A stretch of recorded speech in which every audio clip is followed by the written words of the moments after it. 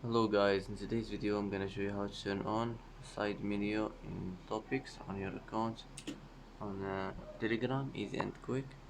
First click on these three lines. Now click settings,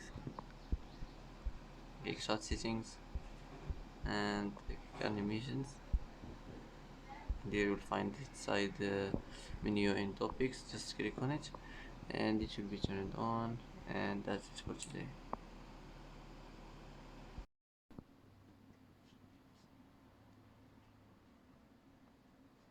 And that's it for today's video.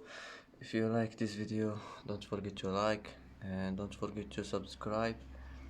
I hope this video is helpful for you, and thanks for watching until the end, and see you in the next video.